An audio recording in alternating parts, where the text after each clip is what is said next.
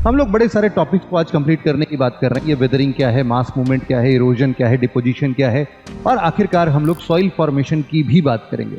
Geomorphic process बोलते हैं, ऐसे कि माउंटेन्स का बनना, प्लेट्यूज का बनना, reverse, rift, semi molten material जो था वो कन्वेक्शन के फॉर्म में ऊपर आता था और ऊपर आके बोलता था टक टक टक टक मैं आ गया भाई, जल्दी दरवाजा खोलो जल्दी से।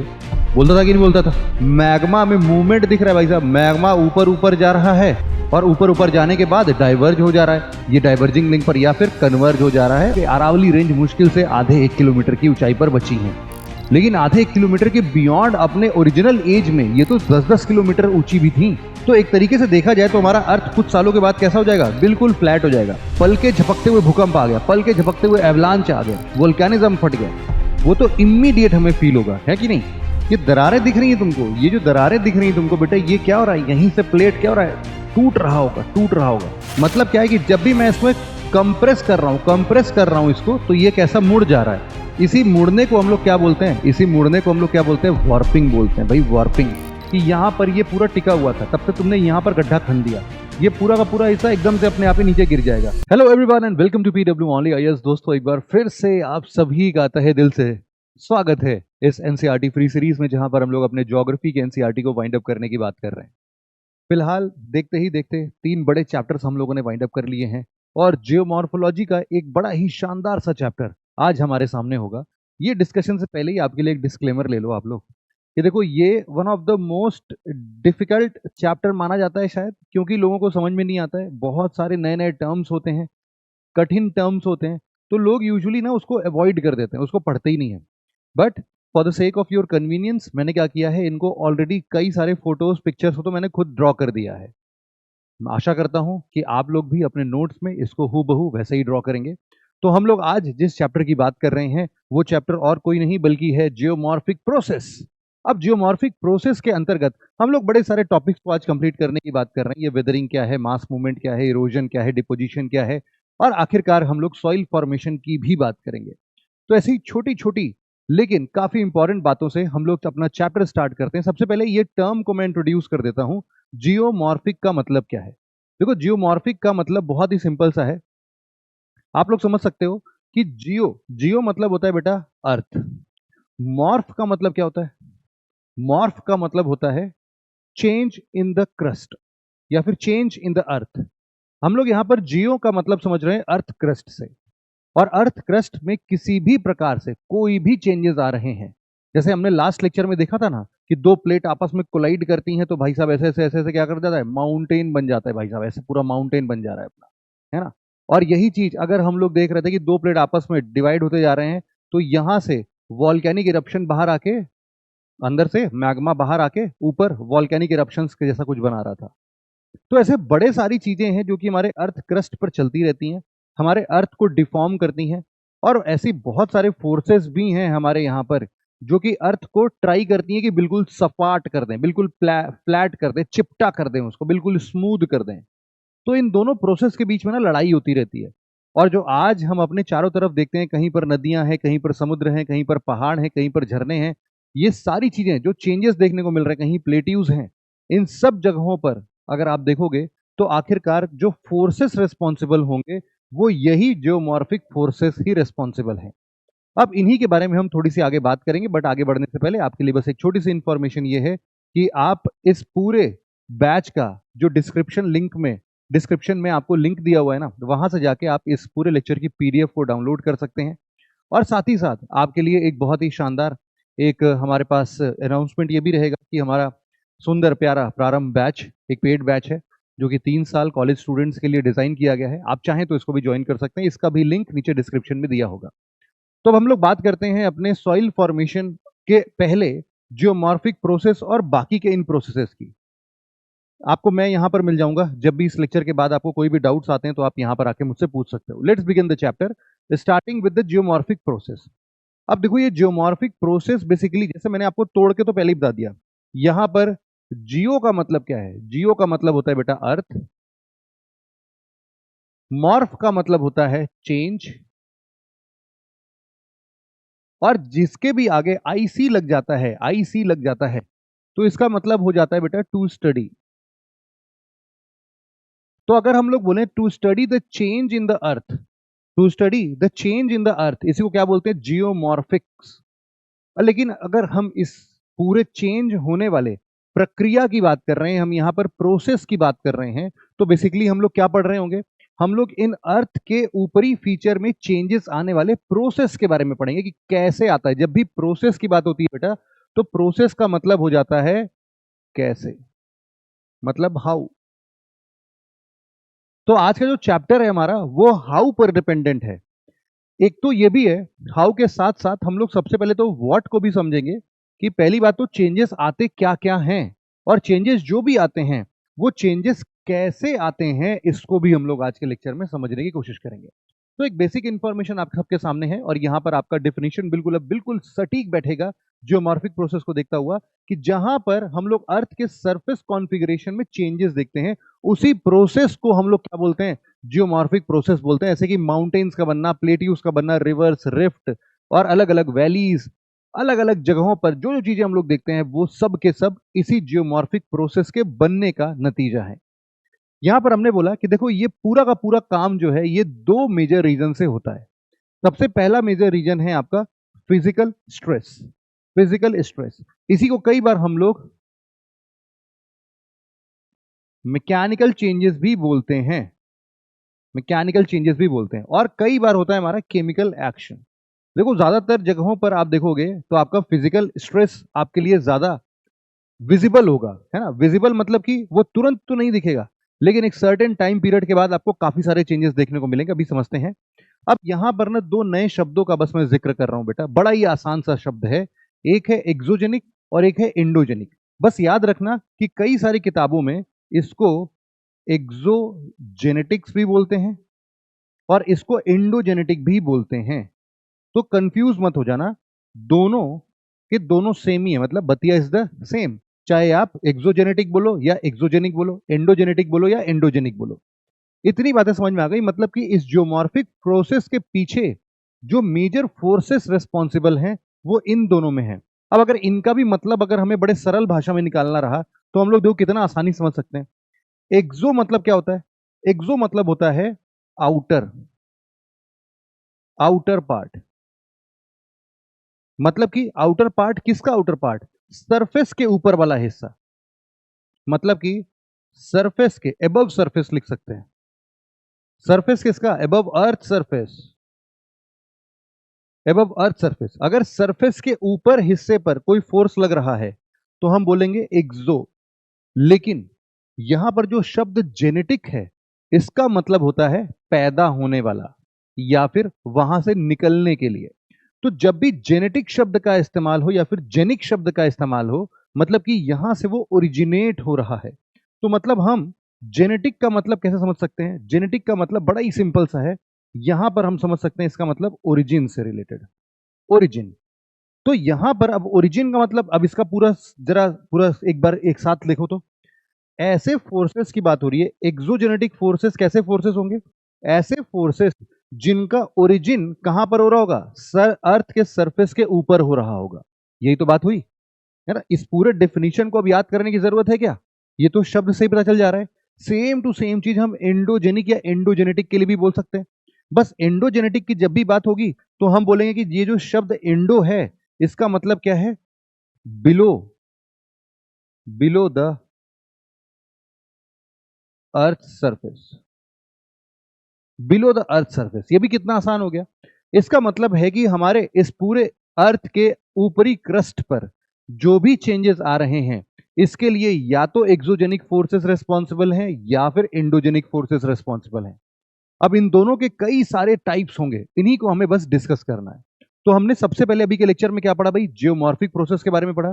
फिर जियोमॉर्फिक प्रोसेस के बाद हम लोगों ने एक्सोजेनिक और एंडोजेनेटिक जियोमॉर्फिक प्रोसेस के पीछे जो फोर्सेस रिस्पॉन्सिबल हैं उनके बारे में थोड़ी सी एक ब्रीफ ओवरव्यू ली है अभी तक बस। अब जरा हम लोग इसके आगे बढ़ते हैं, एक एक करके जरा एक्सप्लेन करता हूं मैं, थोड़ा सा और डिटेल में हम बात करते हैं आखिरकार ये एंडोजेनिक फोर्सेस क्या होते हैं।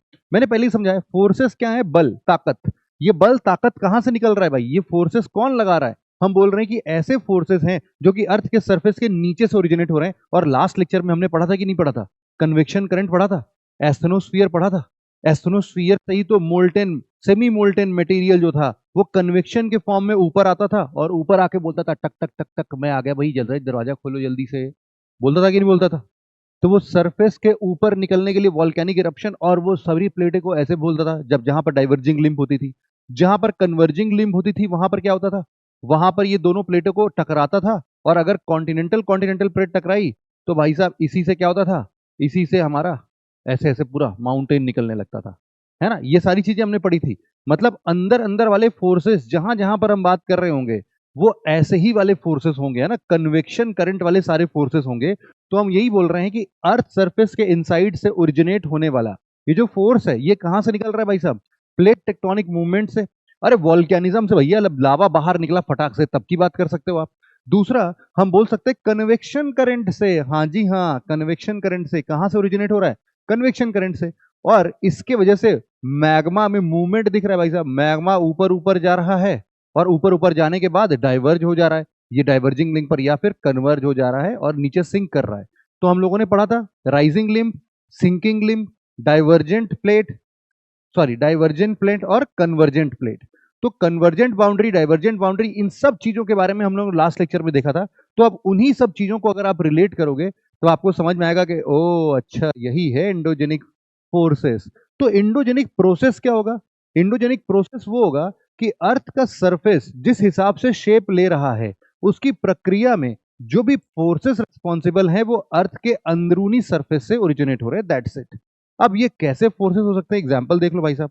जैसे मान लो दो सरफेस थे और यहां पर दो सरफेस से हम लोग बोल रहे हैं कन्वेक्शन करंट जो था, उस कन्वेक्शन करंट का मैग्मा जो है वो यहां पर राइजिंग लिम्ब के साथ आते हुए यहां से डाइवर्ज हो रहा था। अब इसके डाइवर्ज होने की वजह से ये दोनों प्लेट क्या करेंगे, आपस में खींचने दूर दूर जाने लगेंगे। और जैसे ही ये दूर दूर जाएंगे यहां से निकलने वाला सारा का सारा मोल्टेन मैग्मा क्या करेगा, यहां पर वॉल्केनिक एक्टिविटीज में स्टार्ट कर देगा। इसको ये अपलिफ्ट भी कर सकता है। और कई बार जब हमने देखा था कि दो प्लेट्स आपस में अगर कन्वर्जिंग लिम्ब के साथ में आ जाए और यहां से ये प्लेट सबडक्ट कर जाए नीचे की तरफ, तो इसको हम लोग क्या बोलेंगे, यहां पर हम मान लेते हैं कि अगर ये वाला प्लेट हमारा ओशनिक प्लेट है और ये वाला प्लेट हमारा कॉन्टिनेंटल प्लेट है,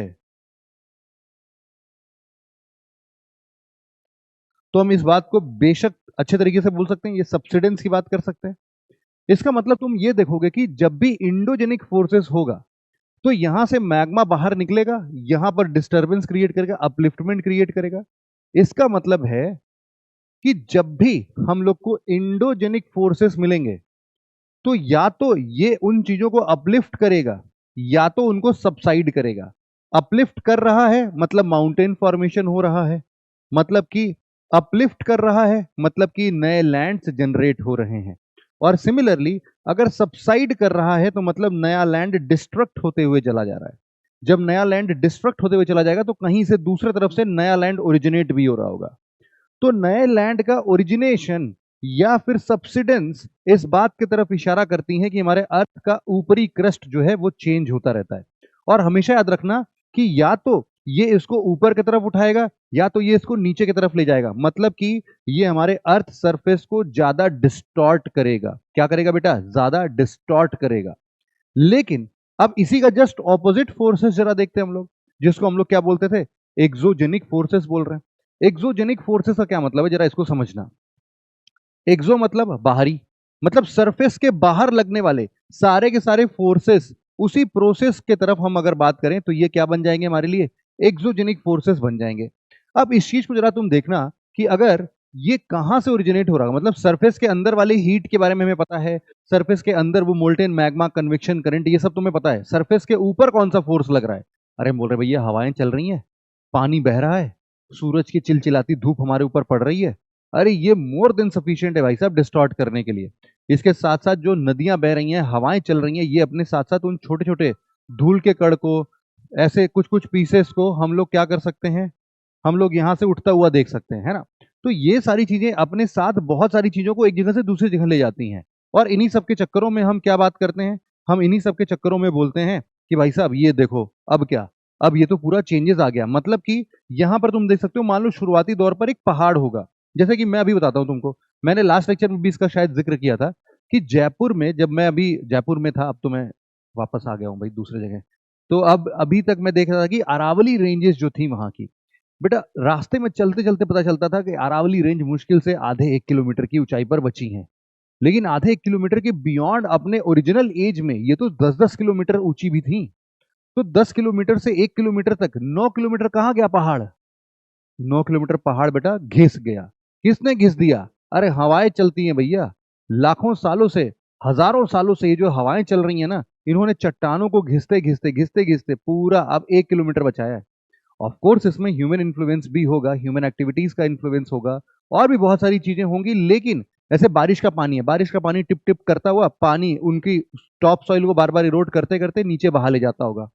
तो इसी तरीके से हम लोग बोल सकते हैं कि ये जो पहाड़ी क्षेत्र होते हैं या फिर जो भी ऐसे क्षेत्र हैं, उन सब में आपको ऐसे चेंजेस देखने को मिलते हैं, है ना। अब ये सारे के सारे चेंजेस देखने को हमें मिलते हैं। अब यहां पर सबसे पहले हम लोग इस बात को समझते हैं कि अब ये सारे चेंजेस दिखेंगे कैसे, हमें जरा देखना। अभी मैंने बताया कि अगर कोई पहाड़ होगा तो वो दिन पर दिन नीचे आता जाएगा। क्यों भाई? क्योंकि हवाएं जो हैं उनको अपने साथ साथ घिसती हुई चलेंगी, या फिर नदियां अपनी पानी पानी के साथ बहाते हुए उन चट्टानों को काटते हुए निकलेंगी। तो हर बार क्या होगा, ये इसका हाइट जो है वो कम होता जाएगा, कम होता जाएगा, कम होता जाएगा।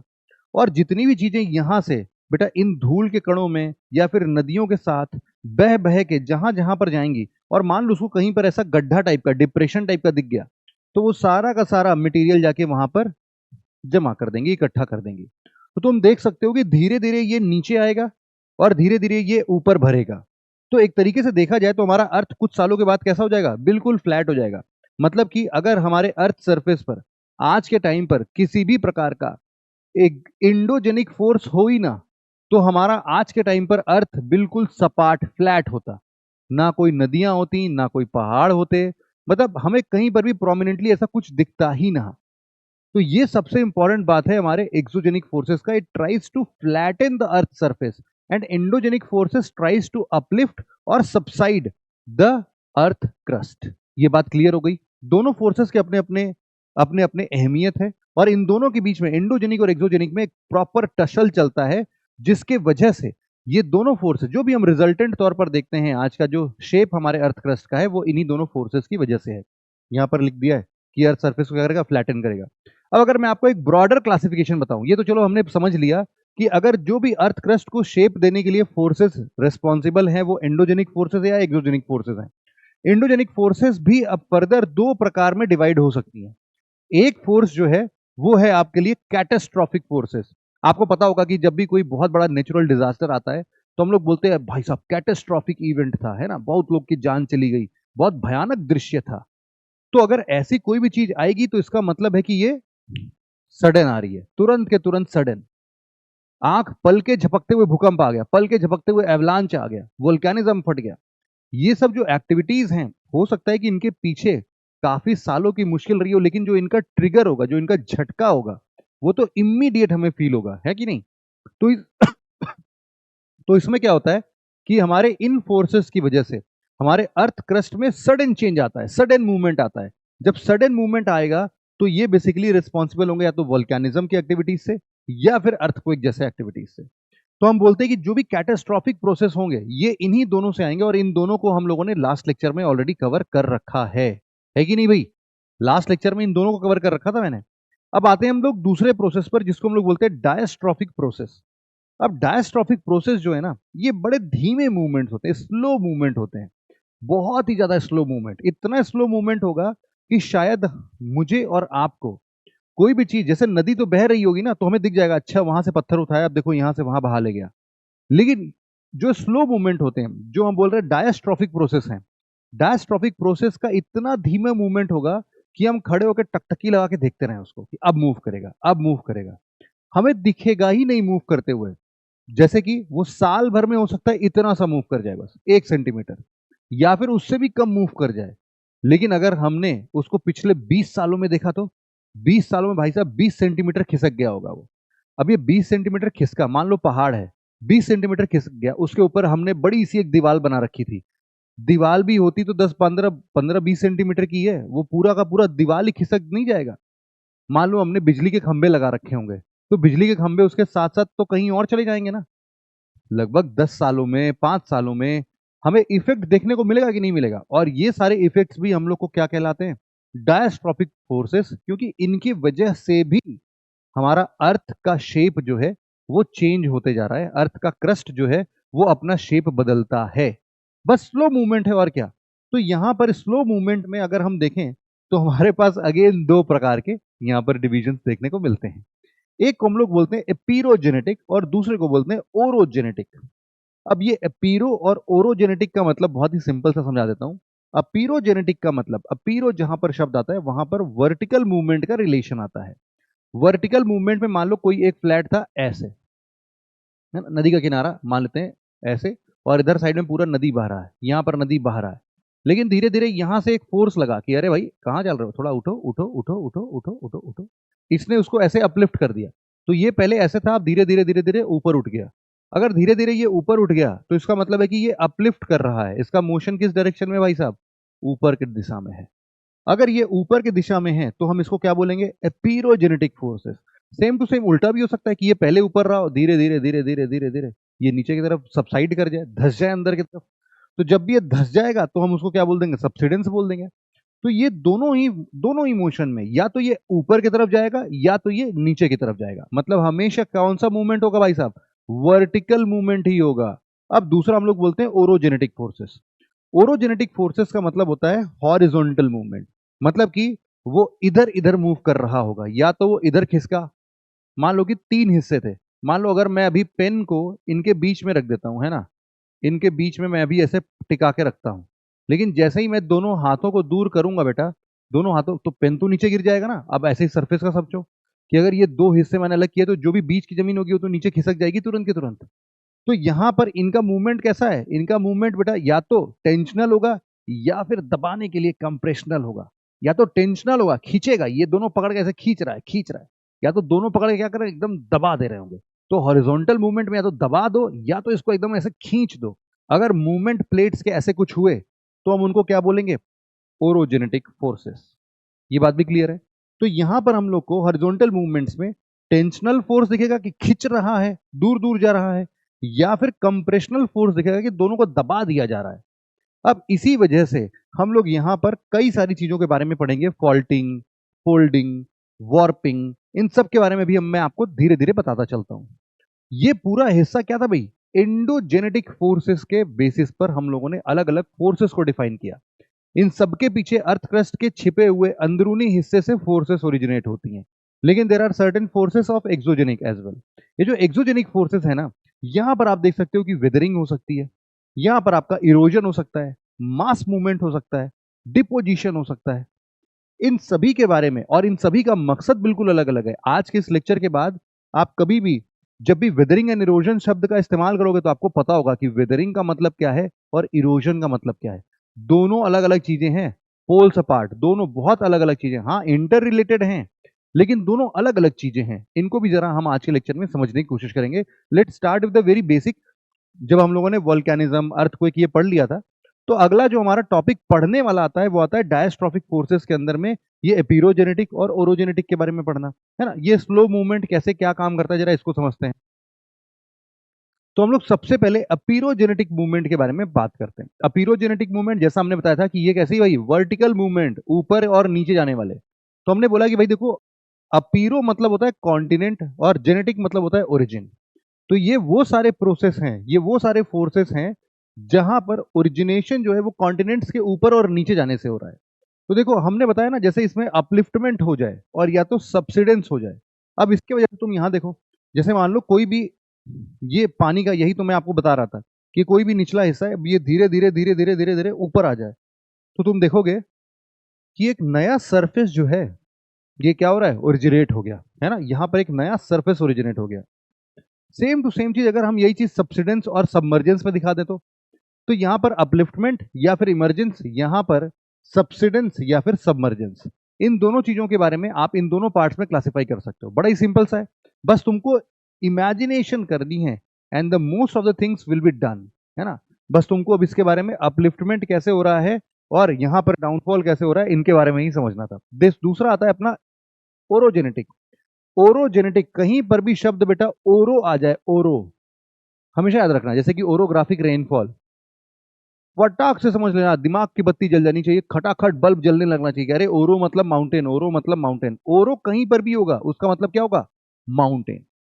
तो हमेशा याद रखना कि माउंटेन बिल्डिंग फोर्सेस है, ये फोर्स भले अगल बगल लगा रहा होगा, लेकिन अल्टीमेट रिजल्ट्स तुम देखोगे तो ये माउंटेन बना रहा होगा। कैसे, जरा यहां पर देखते हैं। टेंशनल फोर्सेस की बात करते हैं हम लोग।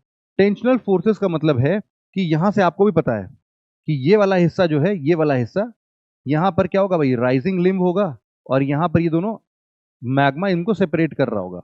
तो इसकी वजह से जैसे ही दूर दूर जा रहे हैं, तब से तुरंत के तुरंत ये खसक के नीचे आ जाएगा, है ना, ये खिसक के नीचे आ जाएगा तुरंत के तुरंत। अब देखो यहां पर, इसको क्या बोल सकते हैं हम लोग, माउंटेन जैसा बोल सकते हैं, या फिर हम इसको क्या बोल सकते हैं, ब्लॉक माउंटेन बोल सकते हैं।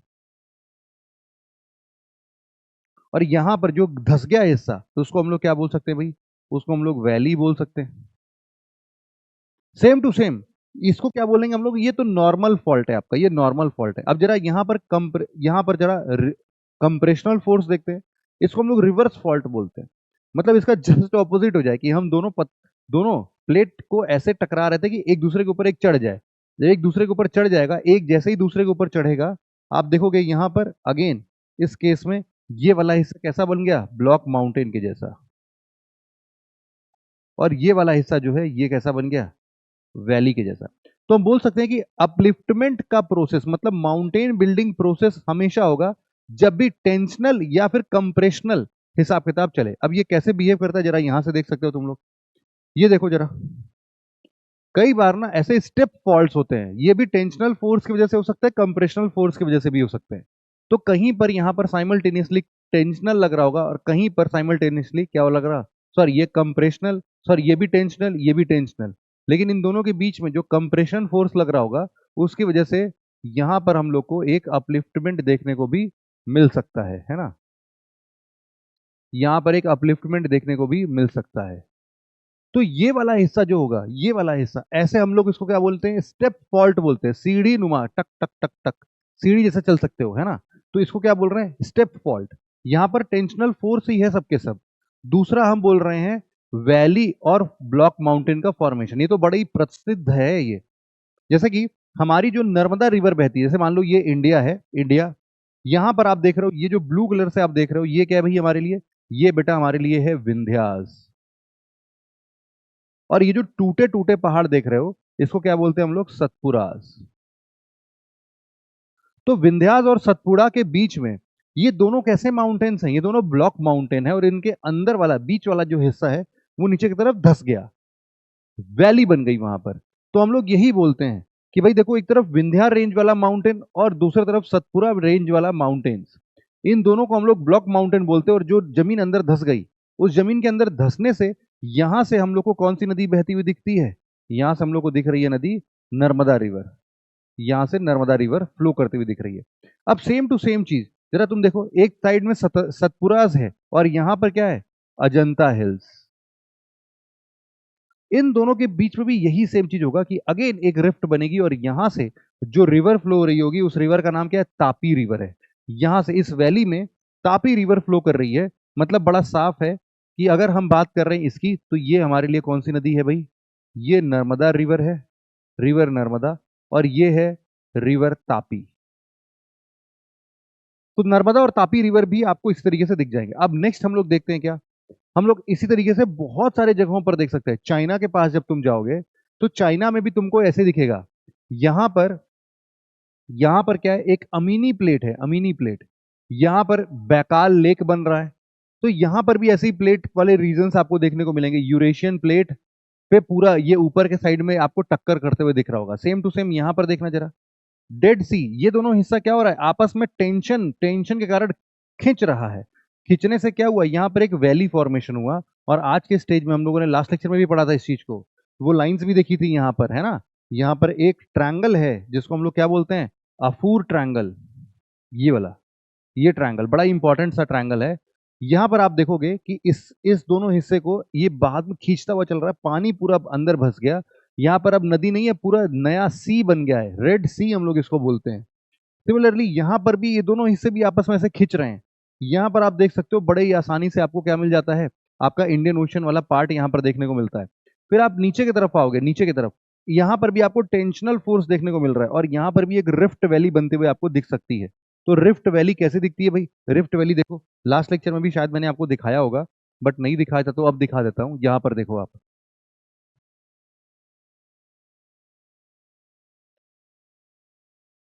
तुरंत के तुरंत दिखा देता हूँ आपको मैं।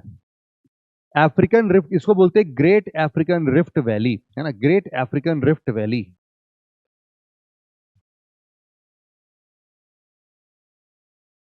देखो भाई,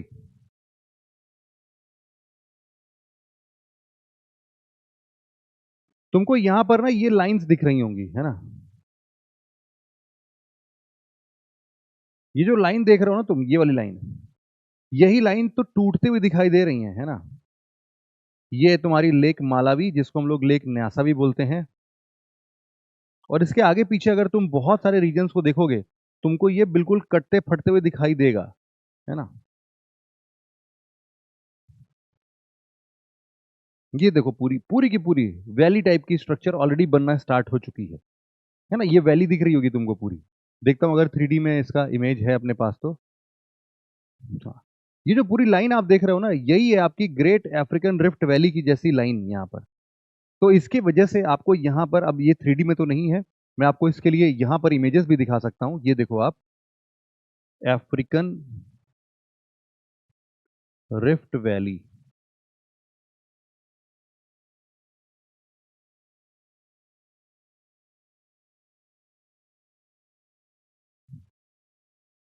इस इमेज को तुम देख सकते हो, तुमको अंदाजा लग जाएगा कि मैं किसकी बात कर रहा था। देखो भाई, ये दरारें दिख रही हैं तुमको, ये जो दरारें दिख रही हैं तुमको बेटा, ये क्या हो रहा है, यहीं से प्लेट क्या हो रहा है, टूट रहा होगा, टूट रहा होगा। यहाँ पर देख रहे हो छोटे छोटे घर हैं, छोटे छोटे घर हैं। अब तुम समझ सकते हो कि ये कितना बड़ा, ये अब ऑलरेडी इसका इफेक्ट दिखने लगा है हमें। तो ये पूरा का पूरा हिस्सा कैसे बन रहा है, ये पूरा का पूरा हिस्सा एक दूसरे को दूर दूर खींचने से बन रहा है ना। तो यही है अपने लिए क्या, यही है हमारे लिए अफ्रीकन ग्रेट रिफ्ट वैली। ठीक है भाई, ये भी समझ में आ गया। तो हम लोग को इतनी बात तो समझ में आ गई भाई। आगे बढ़ते हैं, आगे बढ़ते हैं भाई, आगे बढ़ते हैं, कोई बात नहीं। अब जैसे कई बार देखो, और भी एग्जांपल्स यहाँ पर आप लोग दे सकते हो यहाँ पर। जैसे कि कंप्रेशनल फोर्स जब लगता है, कंप्रेशनल फोर्स लगता है तो एक ब्लॉक माउंटेन ऊपर उठते हुए दिखाई देता है। एग्जाम्पल के तौर पर आप देख सकते हो किसका नाम, आप बोल सकते हो कुनलून चान का, कुनलून चान।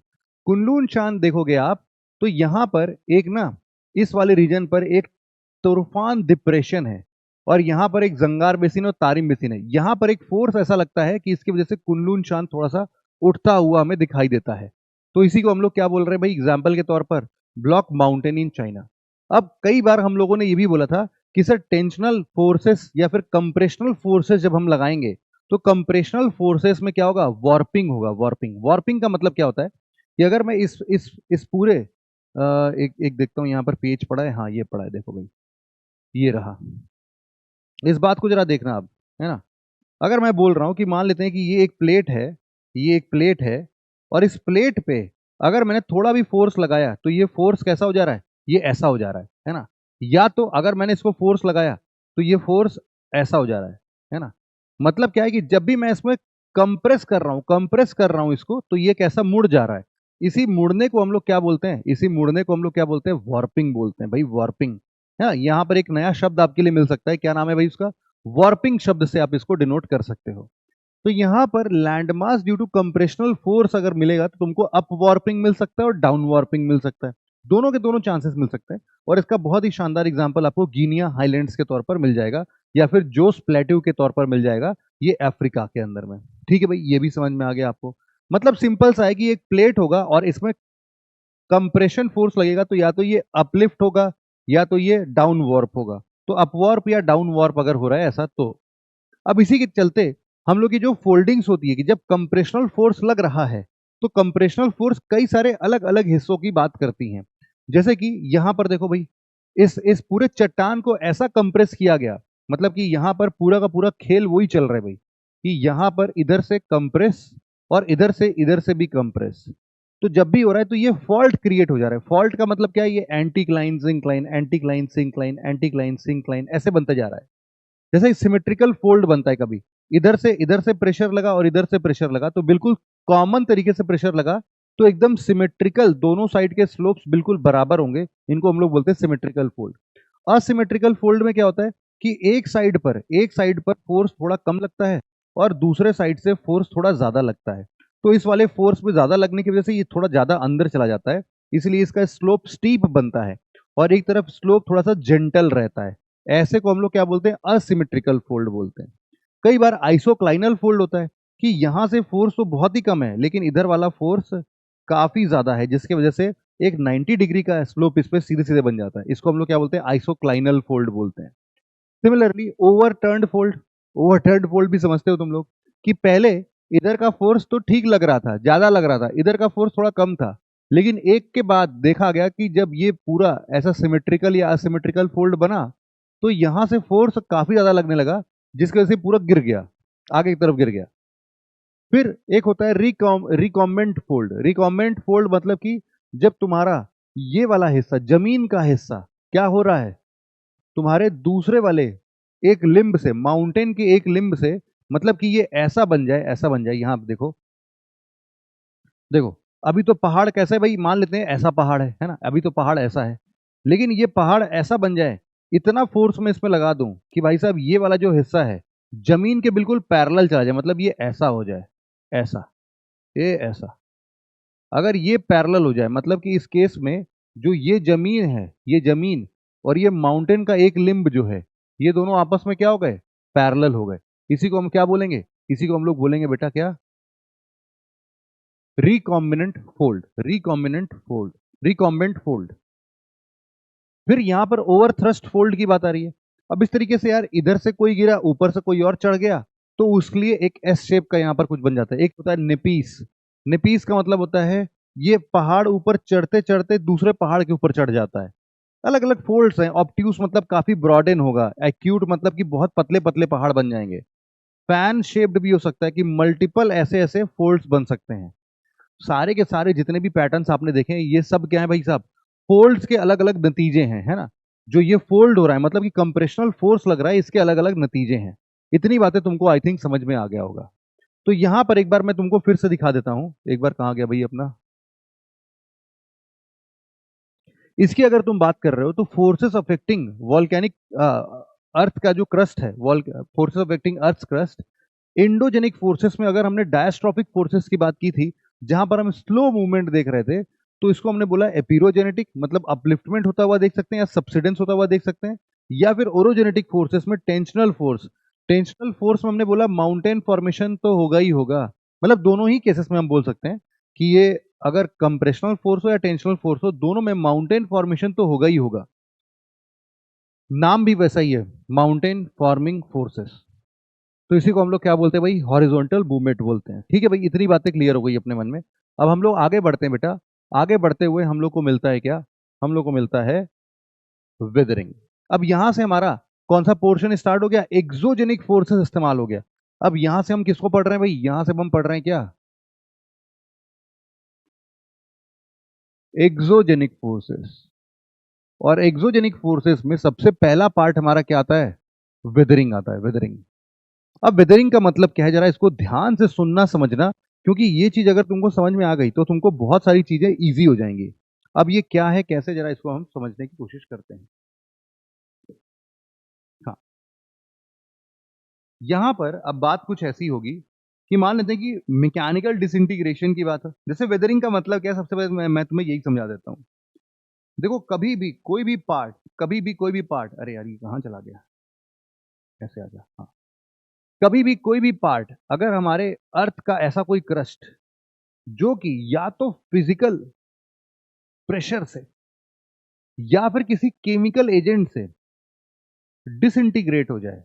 डिसइंटीग्रेट का मतलब क्या है, एक बड़ा चट्टान छोटे छोटे टुकड़ों में टूट के बिखर जाए, या फिर उसका ऊपरी परत जो है वो बिखर जाए, टूट के बिखर जाए, इसी को हम लोग क्या बोलेंगे, वेदरिंग बोलेंगे, वेदरिंग। अच्छा तुमने देखा भी होगा, कई बार देखा होगा कि मान लो कि अगर तुमने एक प्लास्टिक प्लास्टिक की कोई एक शीट थी, उस पर कोई पेंट हुआ था, और उस पेंट को तुमने क्या किया, उस पेंट के प्लास्टिक के टुकड़े को तुमने छत पर रख दिया।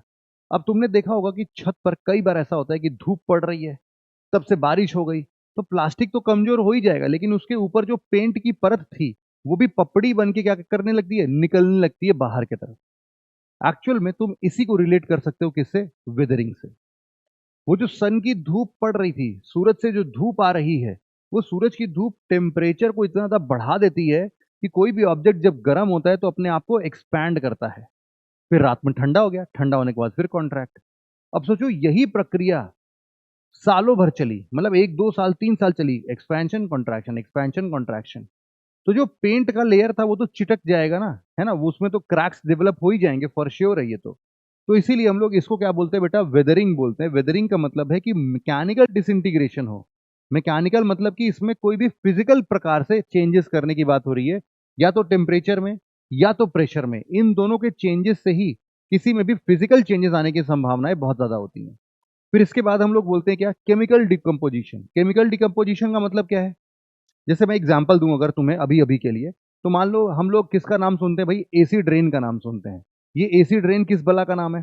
एसिड रेन बड़ा ही सिंपल सा आप एक फंडा समझ सकते हो, जिसके अंतर्गत आप ये बोल सकते हो जैसे कि अ, पानी बरसा, पानी बरसते हुए अपने आप में छोटा मोटा एसिड का टुकड़ा लेके आया। एसिड मतलब उसमें मिक्स हो गया, डिजोल्व था।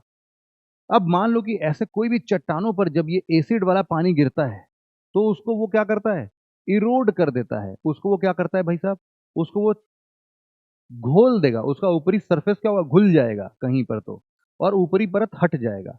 जैसे तुमने देखा होगा कि कोई भी पत्थर का सरफेस हो, है ना, उसको तुमने एकदम बढ़िया चिकना शाइनिंग बना दिया, एकदम घिस विस के मार्बल इतना शाइनिंग कि तुम उसमें अपनी शक्ल देख ले रहे हो, इतना चमक रहा है। लेकिन अगर तुमने इसी को भाई साहब बाहर धूप में रख दिया और टेम्परेचर के मार्फत छोड़ दिया, तो यही एक्सपेंशन कॉन्ट्रैक्शन की वजह से तुम जो इसका चिकनापन देख रहे थे वो कुछ दिनों के बाद खुरदुरापन में बदल जाएगा। कई बार बारिश का पानी टप टप टप टप गिरेगा, उसमें से जो उसका सबसे टॉप मोस्ट चिकना वाला लेयर रहेगा वो अपने साथ बहा के ले जाएगा, तो बचेगा क्या, खुरदुरा सरफेस। तो इसीलिए हम लोग बोल रहे हैं कि ऐसा ही अर्थ के सरफेस के साथ भी होता है, जहां पर सॉल्यूशन, कार्बोनेशन, हाइड्रेशन, ऑक्सीडेशन और हमारा रिडक्शन जो है वो बेसिकली रोल प्ले करते हैं अपने केमिकल एक्शन के तौर पर।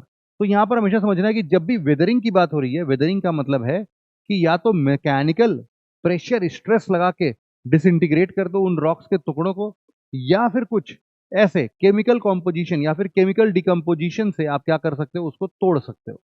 तो इन्हीं के चक्कर में हमने देखा कि अगर वेदरिंग के हम टाइप्स की बात करें तो वेदरिंग के टाइप्स में हम 3 प्रकार देख सकते हैं, फिजिकल वेदरिंग, केमिकल वेदरिंग और बायोलॉजिकल वेदरिंग। इन तीनों के अगर एक एक बात को हम जरा ध्यान से सुने, आज की क्लास बेटा तुम्हें हो सकता है कि थोड़ी सी, मतलब थोड़ी सी ऐसी लगे, है ना, कि आज तो सर एकदम पढ़ाने के मूड में आ गए हैं सर, तो अब कोई मस्ती मजाक कर ही नहीं रहे हैं। तो बेटा वो चैप्टर नहीं है यार ये वाला, अगर मैं इसमें मस्ती मजाक करूंगा पहली बात तो है नहीं, और करूंगा ना तो बड़ा ऑड लगेगा यार। इसीलिए इसको शिद्दत से पढ़ाई के माध्यम से पढ़ लो, एक बार पढ़ने के माध्यम से पढ़ लो, है ना। नेक्स्ट चैप्टर जहां पर भी इंटरेस्टिंग मुझे मिलेगा मैं वहां पर अगेन अपने पुराने मोड में वापस आ जाऊंगा, टेंशन मत लो। बात करते हैं हम लोग सबसे पहले हमारे फिजिकल चेंजेस की, जो मैकेनिकल मैकेनिकल डिसइंटीग्रेशन की हम बात कर रहे थे, उस मैकेनिकल डिसइंटीग्रेशन को हम लोग सबसे पहले फिजिकल वेदरिंग के फॉर्म में देखते हैं। देखो यहां पर हम लोग क्या देखेंगे, हम लोग देखेंगे मैकेनिकल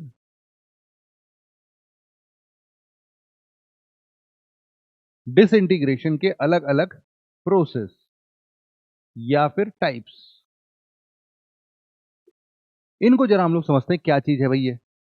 ये है बेटा इंसोलेशन। सबसे पहले इंसोलेशन, इंसोलेशन का मतलब देखना जरा, बड़ा ही साधारण सा शब्द है ये, तीन तीन शब्दों से बना है। इन मतलब होता है बेटा इनकमिंग, यहां पर लिख दे चलता हूं, इनकमिंग। सोल, सोलेशन, या फिर हम लोग सोल तक पढ़ते हैं, सोल का मतलब हो सकता है बेटा सोलर, इनकमिंग सोलर। और एशन का जो है वो लिया गया है रेडिएशन से, रेडिएशन से। तो हम लोग क्या बोल सकते हैं, इनकमिंग सोलर रेडिएशन। इसी का एक नाम हम लोगों ने बना दिया क्या, इंसोलेशन, इंसोलेशन। इजी है, बिल्कुल इजी है ना। जो सोलर रेडिएशन हमारे अर्थ तक पहुंच रही हैं, इन्हीं को हम लोग क्या बोल देते हैं बेटा, इंसोलेशन बोल देते हैं। इजी है बिल्कुल समझना। अब यहां पर इसके ना बड़े सारे प्रकार होते हैं यार, ये इंसुलेशन एक नहीं है, बड़े सारे हैं।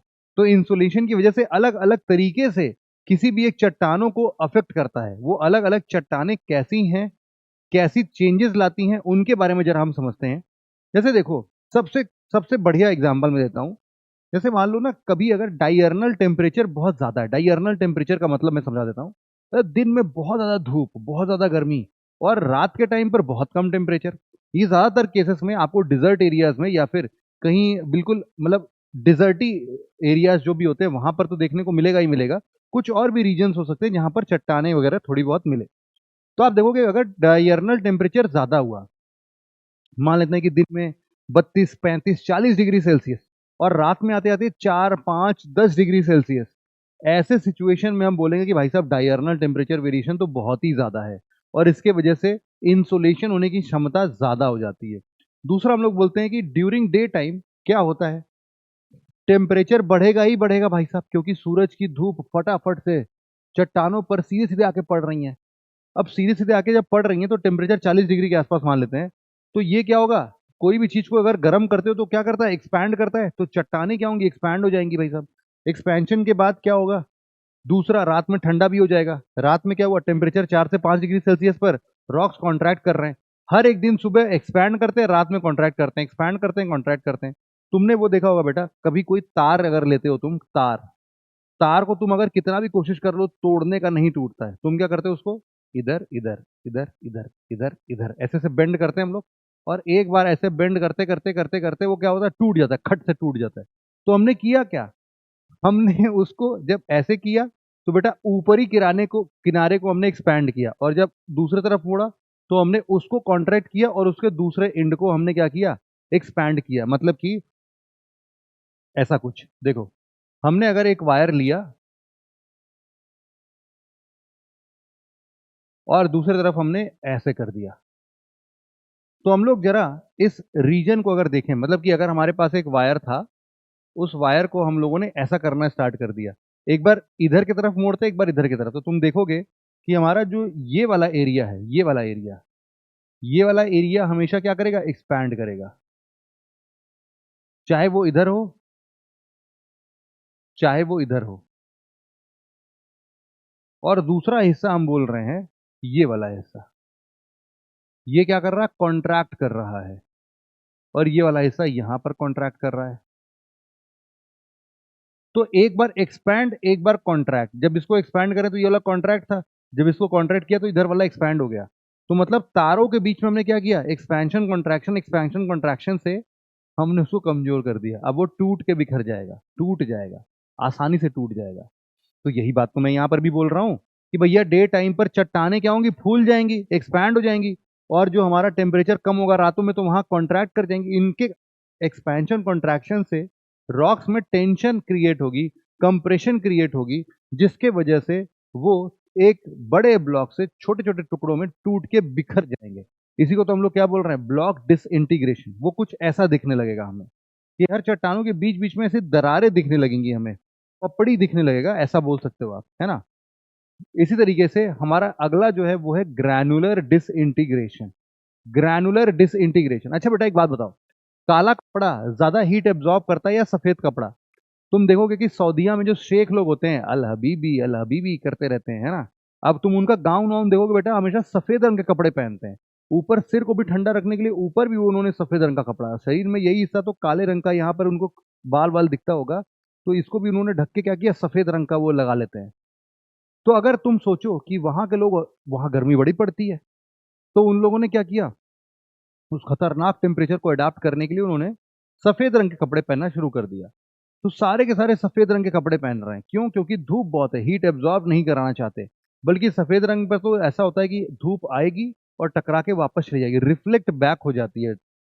तो हमने देखा कि अच्छा, मतलब काला कपड़ा जो है वो ज्यादा गर्मी एब्जॉर्ब करता है। तो बड़ी बचपन से हम लोग को बात बता दी जाती है कि भैया गर्मी है यार, डार्क रंग का कपड़ा पहन के जा रहे हो बेटा, खेलने बहुत दिक्कत हो जाएगी, चलो जाओ ये हल्का वाला कपड़ा, हल्के वाले रंग का कपड़ा पहन के जाओ, है ना। तो ये सारी बातें जब भी हम लोग सुनते हैं, समझते हैं, तो हमें ये पता चल जाएगा। अब यही चीज चट्टानों के ऊपर भी लागू कर दो भाई साहब।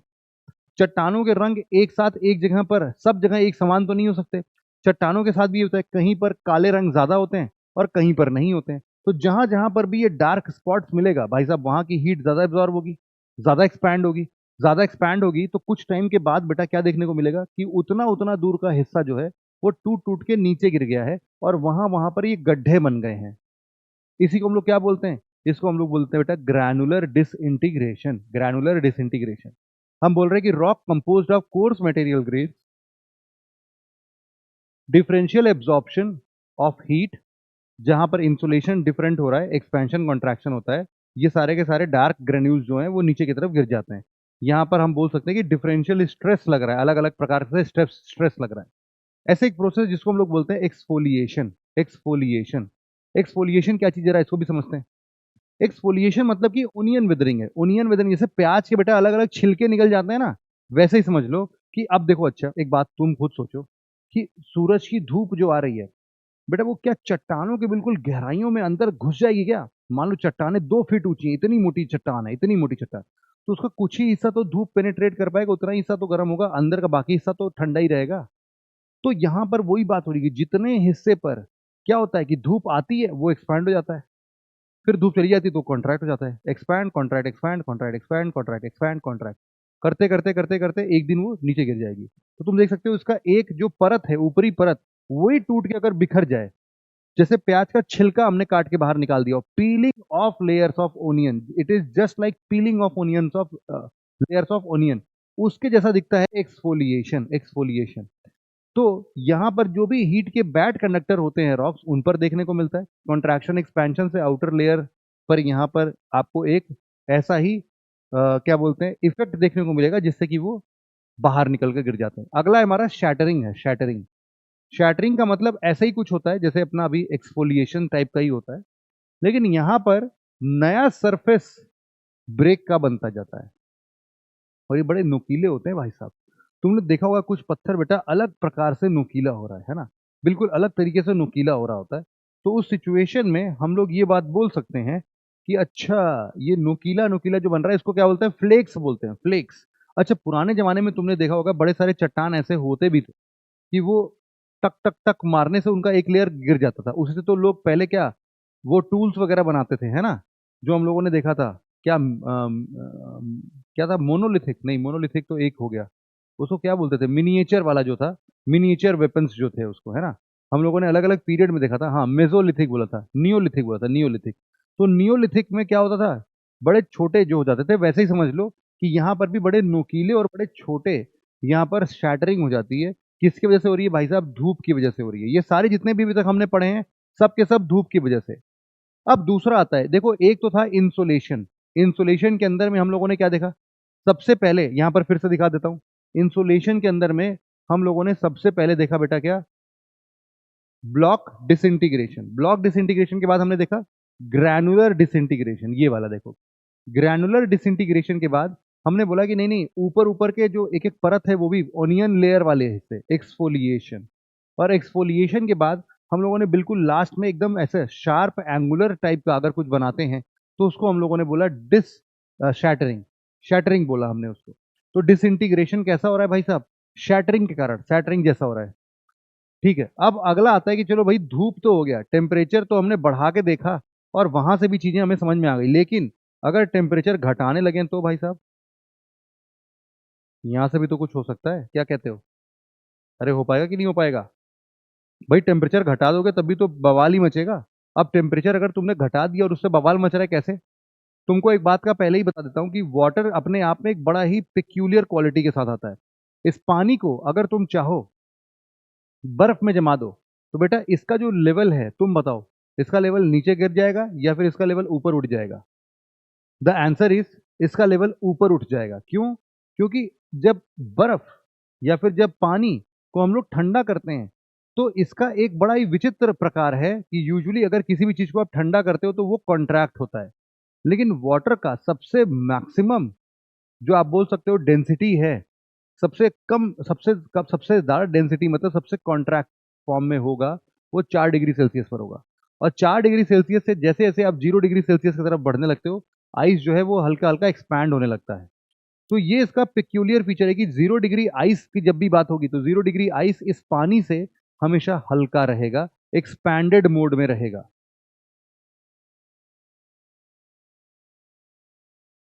हाँ, अभी बर्फ बनेगा तब बता दूंगा, है ना। अभी फ्रिज में डाल दिया मैंने। क्या वो सर, फ्रिज नहीं है, वो तो हीट चैम्बर है, पेट में बहुत हीट होता है। हाँ भाई, हीट तो है। तो अभी देखो क्या होता है कि फ्रॉस्ट का मतलब क्या है जरा समझना। कि अगर मान लो ऐसे ऐसे कुछ ना चट्टाने हैं हमारे पास, और ज्यादातर हम लोग क्या बोलते हैं बेटा, कि अगर ये गलती से हमारे लिए कैसे बन गए, सेडिमेंट्री रॉक्स हो गए। सेडिमेंट्री रॉक्स जो होते हैं ना, उनमें बड़े सारे लेयर्स होते हैं, ऐसे ऐसे सेडिमेंट्स ऐसे लेयर बाय लेयर होते हैं। तो जब भी मान लो दिन वन में रहा, तो इसमें जितना भी आजू बाजू का पानी था वो सब बह के कोने कोने तक पहुंच गया। तो कोने कोने तक पानी जो है टिप टिप करके पहुंच गया। अब ठंड के में रात के टाइम पर क्या होगा, जब भी ये बर्फ जमेगा तो ये तो एक्सपैंड होगा। भाई साहब, एक्सपैंड होते होते चट्टाने फाड़ डालेगा, ये इतना एक्सपैंड हो जाता है, ये बहुत ही दिक्कत होती है। चट्टानों को जहां जहां से उसको लेयर बाय लेयर सेडिमेंट्री चीजें डिपॉजिट हुई थी, उन लेयर से इनको उखाड़ फेंकता है भाई साहब। कई बार तो गिरा देगा, नीचे गिरा देगा। इतना खतरनाक होता है ये। तो हमने क्या बोला, फ्रॉस्ट के बारे में बात किया। तो यहां पर हमेशा समझना कि 9 सेंटीमीटर क्यूब ऑफ वाटर को अगर आप बर्फ में तब्दील कर देते हो, तो ये 10 सेंटीमीटर क्यूब ऑफ आइस में तब्दील हो जाता है। मतलब कि 9% के आसपास का इजाफा देखने को हमें मिलता है। सेडिमेंट्री रॉक्स जो होते हैं ये ज्यादा ससेप्टेबल होंगे, क्यों भाई, क्योंकि सेडिमेंट्स होते हैं ना, लेयर बाय लेयर होते हैं, उसमें पानी के अंदर जाने की क्षमता ज्यादा होती है, वहां से फिर फूलेगा तो वो और तोड़ देगा उसको। यही ग्रेनाइट या मार्बल में आपको ये चीज नहीं देखने को मिलेगी, क्योंकि वो बड़े ठोस होते हैं, वहां तक ना अंदर तक पानी जाएगा, और ना ही वो पानी के एक्सपेंशन से आके फिर टूटेंगे। तो इसीलिए इसका ज्यादा प्रभाव कहां पर देखने को मिलता है, सेडिमेंट्री रॉक्स में देखने को मिलता है। तीसरा है हमारा प्रेशर रिलीज। पहला था इंसुलेशन, इंसुलेशन के 4 प्रकार। दूसरा पढ़ा हमने फ्रॉस्ट, और तीसरा हम पढ़ रहे हैं प्रेशर रिलीज। प्रेशर रिलीज क्या चीज है जरा ये भी समझाता हूं मैं। कई बार क्या होता है ना कि मान लो कोई इग्नियस रॉक है। अच्छा, यहां पर मैं तुम्हें इस चीज को बड़ा इस्तेमाल करूंगा, इसलिए यहां पर बता देता हूं। देखो बेटा, जो भी हमारा मैग्मा है, ध्यान से सुनना इस बात को, बहुत ही शानदार चीज है। अगर ये मैग्मा है बेटा, और ये मैग्मा कहां पर है, ये मैग्मा तुम्हारे अर्थ क्रस्ट के अंदर है। लेकिन अगर ये अर्थ क्रस्ट के बाहर आ जाती है, तो इसको हम लोग क्या बोलते हैं, इसको हम लोग बोलते हैं लावा। अगर लावा मान लो सॉलिडिफाई हो जाए, यही लावा क्या हो जाए भाई, सॉलिडिफाई हो जाए। अब ये सॉलिडिफाई कहाँ कहाँ हो सकता है, हम बोलते हैं सर, या तो देखो अर्थ के सरफेस के ऊपर हो सकता है, या फिर ये अर्थ के इंटीरियर में भी हो सकता है।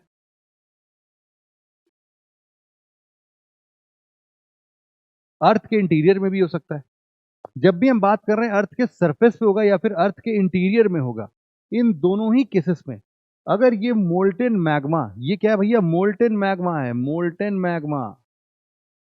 ये मोल्टेन मैग्मा अगर लावा के फॉर्म में आके सॉलिडिफाई हो गया, तो सॉलिडिफाई होने के बाद इसको हम लोग क्या बोलते हैं, इसको ही हम लोग बोलते हैं बेटा इग्नियस रॉक।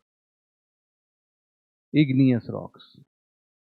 अच्छा, याद रखना कि इग्नियस जो है, इग्नाइटेड शब्द से जैसे मिलता जुलता होगा, तो इसका मतलब है कुछ तो जलने वलने की बात हो रही है। मोल्टेन मैग्मा बिल्कुल पिघला हुआ जब ऊपर ठंडा हो जाएगा, तो उसको क्या बोलेंगे हम लोग, इग्नियस रॉक्स बोलेंगे।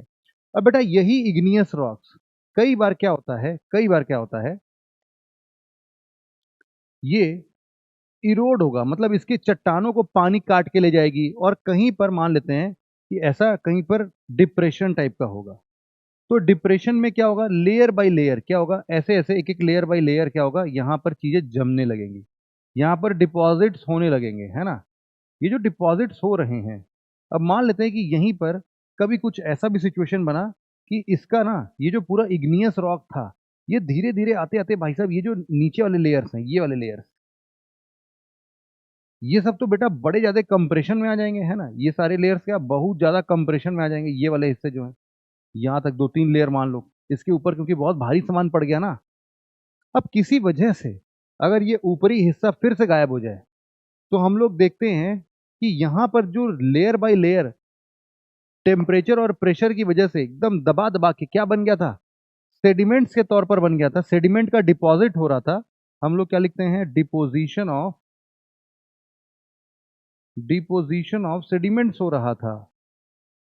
तो इन सेडिमेंट्स के एक पर्टिकुलर सालों के बाद हम बोलते हैं इनको क्या, इन्हीं को हम लोग बोल देते हैं बेटा sedimentary rocks. Sedimentary rocks.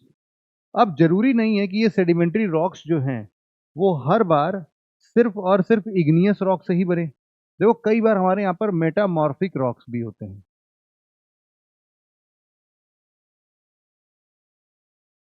Metamorphic rock कैसे बनता है? हम बोलते हैं देखो, या तो इग्नियस रॉक या तो सेडिमेंट्री रॉक्स। अगर इनको बहुत ज्यादा टेम्परेचर और प्रेशर दोनों के दोनों मिल जाए, क्या है, हाई टेम्परेचर और प्रेशर अगर मिल जाता है, तो उस केस में ये किस में चेंज हो जाते हैं? मेटामॉर्फिक रॉक्स में चेंज हो जाते हैं भाई साहब। तो अब मैं यूं बोलना चाह रहा हूं कि देखो क्या हो सकता है कि इग्नियस रॉक को अगर तुमने क्या कर दिया, टेम्परेचर और प्रेशर बढ़ा दिया, टेम्परेचर बढ़ा दिया, प्रेशर बढ़ा दिया, तो तुमको क्या मिलेगा? Metamorphic rocks. सिमिलरली तुमने मान लो सेडिमेंट्री रॉक्स के साथ क्या किया, सेडिमेंट्री रॉक्स के साथ भी अगर मैं बोलता हूं क्या किया भाई तुमने, टेम्परेचर बढ़ा दिया, प्रेशर बढ़ा दिया, तो किस में कन्वर्ट हो जाएगा? जो मेटामॉर्फिक रॉक्स में। अगर मेटामॉर्फिक रॉक्स क्या हो, डिसइंटीग्रेट होके, डिसइंटीग्रेट डिसइंटीग्रेट होके क्या करे, layer by layer, layer by layer deposit होते रहे, और after after a certain time period of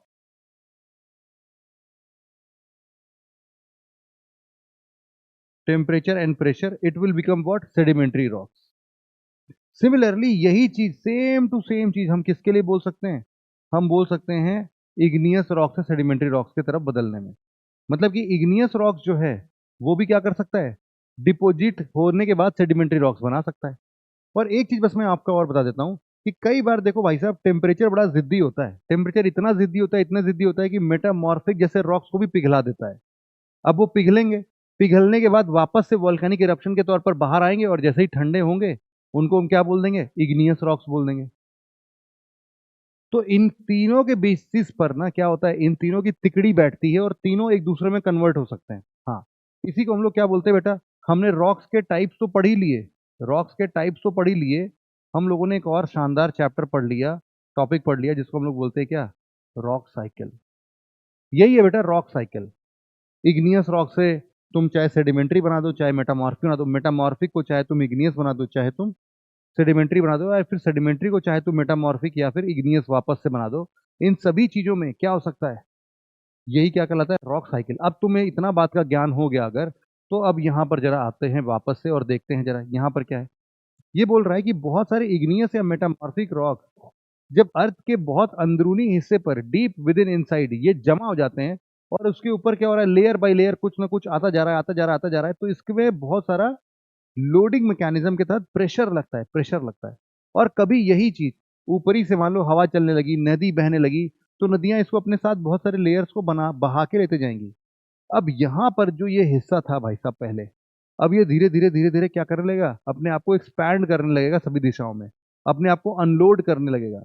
इसी को हम लोग क्या बोलते हैं? प्रेशर रिलीज बोलते हैं, प्रेशर रिलीज। तो ऐसे अगर ये सरफेस तक पहुंच गए पूरा का पूरा लेयर, तो ये क्या करते हैं? प्रेशर रिलीज हो जाता है और ये डिफॉर्म हो जाते हैं। अब इसी तरीके से एक सॉल्ट वेदरिंग भी होती है। सॉल्ट वेदरिंग में क्या होता है कि टेम्परेचर और प्रेशर अगर सॉल्ट को दिया जाए तो वो भी अपना वॉल्यूम चेंज कर सकता है। तो इसीलिए ये भी एक रीजन बन जाएगा हमारे लिए, क्या हमारे लिए, अपना प्रॉपर जो हम बात कर रहे थे, किसकी बात कर रहे थे भाई अभी?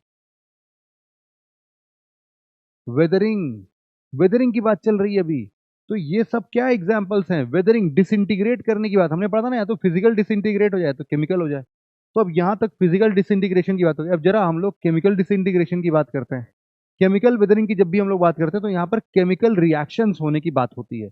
अब ये केमिकल रिएक्शंस के लिए केमिकल्स कहाँ से आएंगे बेटा? बहुत सिंपल सा है। सॉल्यूशन के तौर पर रेन वाटर की बात कर लो। रेन वाटर जो है वो बड़े सारे मिनरल्स जैसे कि जिप्सम, रॉक साल्ट, इन सब में आराम से रिजॉल्व होने की बात करता है। वहां घुल जाएगा तो इरोड कर देगा भाई साहब उसको। दूसरा कार्बोनिफिकेशन, कार्बोनेशन या कार्बोनिफिकेशन। तो कार्बोनेशन से हम लोग क्या देख रहे हैं कि अगर प्रेजेंट है एटमॉस्फेयर में CO2, तो वो वैसे ही पानी के साथ रिएक्ट करके कार्बोनिक एसिड बनाता है, और फिर ये कार्बोनिक एसिड बाकी के कैलकेरियस रॉक्स के ऊपर बड़े ही नुकसान तरीके से प्रभाव डालती हैं। अगला हमारा इस तरीके से हाइड्रेशन आता है। हाइड्रेशन, हाइड्रेशन क्या है कि जब भी कोई रॉक पानी में घुल जाए, हाँ ऐसे भी रॉक्स आते हैं भाई साहब जो पानी में घुल जाते हैं, टेंशन मत लो। तो यहाँ पर जैसे फेल्ड्स्पार का अगर हाइड्रेशन करोगे तो काउलिन में बदल जाता है, बिल्कुल घुल जाएगा। तो there are certain minerals which are porous in nature. जब पोरस होते हैं तो अंदर अंदर पानी जाता है और उनको फिर एक्सपेंशन के साथ साथ कई बार उन्हीं को वो पिघला देता है और उसके में अंदर में वो घुल जाते हैं। इसी को हम लोग बोलते हैं हाइड्रेशन। और फाइनली है आपका ऑक्सीडेशन और रिडक्शन। तो ऑक्सीडेशन रिडक्शन तो बचपन से हम लोग पढ़ते ही आ रहे हैं यार केमिकल रिएक्शंस में। तो आयरन रिच रॉक जो भी होगा, अगर उसको तुमने और ज्यादा ऑक्सीडाइज कर दिया तो भाई साहब वो फेरस फेरस या फेरिक ऑक्साइड में चेंज हो जाएगा। फेरस तो पहले था, अब ये फेरिक ऑक्साइड में चेंज हो जाएगा। फेरिक ऑक्साइड मतलब कि रस्टी रॉक, ब्राउन कलर वाले, है ना, ब्राउन कलर वाले रस्टी रॉक हो गई ये। रिडक्शन अगर इनका हुआ तो वापस से हरे भरे हो गए या नीले रंग के हो गए। तो इसका मतलब क्या होता है, देखो मैं समझाता हूं तुमको कि जैसे आंध्रा हिल्स है, आंध्रा हिल्स का एक स्लोप जो है ना, यहाँ पर पूरा का पूरा पानी बहता है, इसका टॉप सॉइल पूरा इरोड हो चुका है, तो जो अंदरूनी हिस्सा था ना वो बिल्कुल से एक्सपोज हो चुका है और इसी को क्या बोलते हैं हम लोग, रस्टी रेड सॉइल बोलते हैं। तो आयरन एक्सपोज हो गया तो रस्टी रेड सॉइल बन गया। ठीक है भाई। नेक्स्ट हम लोग देखते हैं क्या, बायोलॉजिकल वेदरिंग। वेदरिंग का प्रोसेस अब यहाँ पर समाप्त होने वाला है। बस हम लोग बायोलॉजिकल वेदरिंग को और देखते हैं। हमने मतलब फिजिकल, केमिकल और बायोलॉजिकल, अरे फिजिक्स केमिस्ट्री बायो ही है। तो बायोलॉजिकल वेदरिंग का मतलब क्या है कि देखो कोई भी इंसान, जानवर, पेड़ पौधे, माइक्रो ऑर्गेनिजम्स, अगर इन सब से कोई भी रिश्ता नाता है जिसके वजह से हमारा अर्थ का शेप डिफॉर्म हो रहा है, तो फिर इनको भी हम लोग काउंट करेंगे बायोलॉजिकल वेदरिंग के प्रोसेस में। जैसे कि जब भी प्लांट्स एंड एनिमल डिके होते हैं तो जो भी उनका मतलब लकड़ी वगैरह है वो सब क्या करता है, एक एसिडिक मटेरियल में कन्वर्ट करता है, जो कि रॉक्स के फर्दर कांटेक्ट में आके उनको भी डिसइंटीग्रेट करने की बात करता है। ये तो एक प्रक्रिया हो गई। दूसरे प्रक्रिया में हम क्या देख सकते हैं कि जब माइक्रो ऑर्गेनिजम्स अपना काम एग्जीक्यूट करते हैं तो केमिकल कंपाउंड्स हों चाहे जो भी हों, वो जब भी इनके कांटेक्ट में आएंगे वो क्या करेंगे, अपने आप को डिसइंटीग्रेट होता हुआ ही देखेंगे। तो ये सारे कुछ तरीके हैं जिसमें हम लोग बायोलॉजिकल प्रोसेस की बात कर रहे हैं। वैसे तो और भी है, हम लोग देख सकते हैं यहाँ पर मैकेनिकल और फिजिकल टाइप ऑफ वेदरिंग में हमने देखा कि एक तो देखो बायोलॉजिकल वेदरिंग थी ही, एक मैकेनिकल और फिजिकल टाइप वेदरिंग में भी बरोइंग एनिमल्स का एग्जांपल दे सकते हो आप लोग कि टॉप सॉइल रिमूव करते हैं भाई साहब, अंदर गड्ढा वड्ढा बना देते हैं। जैसे चूहे हुए हैं रेलवे स्टेशन के आजू बाजू में, देखना भाई साहब जहाँ मिट्टी होती है, इतने मोटे मोटे गड्ढे भाई साहब, इसमें से वो मस्त अंदर बाहर, अंदर ही अंदर उनकी पूरी नई दुनिया बस चुकी है। तो ऐसी सिचुएशन में हम लोग क्या बोल रहे हैं, मैकेनिकल या फिजिकल टाइप वेदरिंग की बात कर रहे हैं। तो बरोइंग एनिमल्स जो गड्ढा बनाने वाले हैं टॉप सॉइल में, उनको नए सरफेस को एक्सपोज करना, ऑक्सीजन का आदान प्रदान कराना और न्यूट्रिएंट की सप्लाई वहां तक पहुंचाने में ये हेल्प करते हैं। और कई बार हम बोलते हैं प्लांट या ट्रीज का जो डीप रूट होता है भाई साहब, वो भी तो यही काम कर रहा है। डीप रूट क्या हो रहा है, पानी को बिल्कुल अंदर अंदर तक जाके बिल्कुल खोज खोज के निकाल के लेकर आ रहा है ना। इसी को हम लोग क्या बोल देंगे, इसी को हम लोग बोलते हैं प्लांट या ट्रीज विथ डीप रूट्स। बड़े ही अंदर तक ये रूट्स के अंदर जाता है और वहां वहां से ये डीप रूट से पानी निकाल ले रहा है, पानी भेज दे रहा है, आदान प्रदान कर रहा है। तो सॉइल को वो बिल्कुल बांध के रख रहा है उस हिसाब से। तो ये वेदरिंग की बात हो गई। एक्सोजेनिक फोर्सेस में जो सबसे पहला पार्ट था वो था बेटा वेदरिंग। अब एक्सोजेनिक फोर्स में जो दूसरा पार्ट है उसको हम लोग बोलते हैं क्या, mass wasting. Mass wasting, mass wasting का मतलब मैं तुम्हें समझा देता हूं। देखो, मास वेस्टिंग का मतलब है कि कोई भी सामान अगर ग्रेविटी की वजह से एक जगह से दूसरी जगह मूव कर गई, उसी को हम लोग बोल देंगे मास मूवमेंट।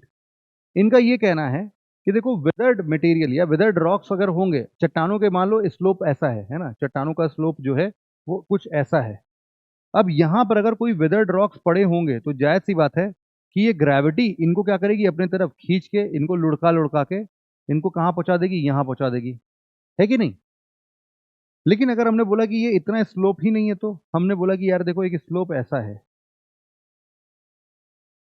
अब तुम सोचो कि यहां पर रखे हुए तीन पत्थर कभी भी यहां पहुंचेंगे, द आंसर इज नो। क्यों नहीं पहुंचेंगे, क्योंकि स्लोप ही बहुत कम है, ग्रेविटी लगे तो लगे कैसे। तो हमने बोला कि भाई देखो यहां पर मास मूवमेंट के लिए हमें क्या चाहिए, हम बड़े बड़े चट्टान भी मूव कर देंगे, बस हमारा स्लोप उस हिसाब से हो। तो ग्रेविटी अपने आप ही काम कर देती है, हमें कुछ करने की जरूरत ही नहीं पड़ती है। अब यहाँ पर मास मूवमेंट का मतलब यही है कि वेदर्ड हो या नॉन वेदर्ड रॉक्स हो, अगर उनको हम ग्रेविटी के आघोष में स्लोप से नीचे लेते आते हैं without the help of other agents, ये बहुत ही ज्यादा जरूरी है, without the help of other agents, मतलब वो खुद ही लेके आएंगे। अदर एजेंट्स जैसे कि विंड, वाटर, ग्लेशियर, ये सब नहीं चाहिए अपने को। हमें चाहिए सिर्फ स्लोप, है ना, सिर्फ स्लोप चाहिए और उसी से हमारा सारा का सारा काम हो जाएगा, मास वेस्टिंग का काम हो जाएगा। हम इस तरीके से रॉक वेस्ट की बात कर सकते हैं। रॉक वेस्ट क्या होता है कि वेदरिंग की वजह से जो भी ये टूटे फूटे टुकड़े बचते हैं ना, उन रॉक्स के छोटे छोटे डिसइंटीग्रेटेड फ्रेगमेंटेड या डिकम्पोज टुकड़े, उन्हीं को हम लोग रॉक वेस्ट बोलते हैं। तो यहाँ पर हम मास मूवमेंट पर ये देख रहे हैं कि यार देखो, मास मूवमेंट का मतलब ये है कि वेदर्ड हो या नॉन वेदर्ड हो। मतलब यहाँ पर एक चीज हमेशा ध्यान देना कि मास मूवमेंट के लिए वेदरिंग प्रोसेस जरूरी नहीं है कि हो, नहीं भी रहेगा तो भी चलेगा, उसको बस क्या चाहिए, स्लोप चाहिए, फिर तो ग्रेविटी अपना काम खुद ही कर देगा। जैसे कि फॉर एग्जाम्पल अगर मैं तुम्हें ये देखूं, ये देखो जरा,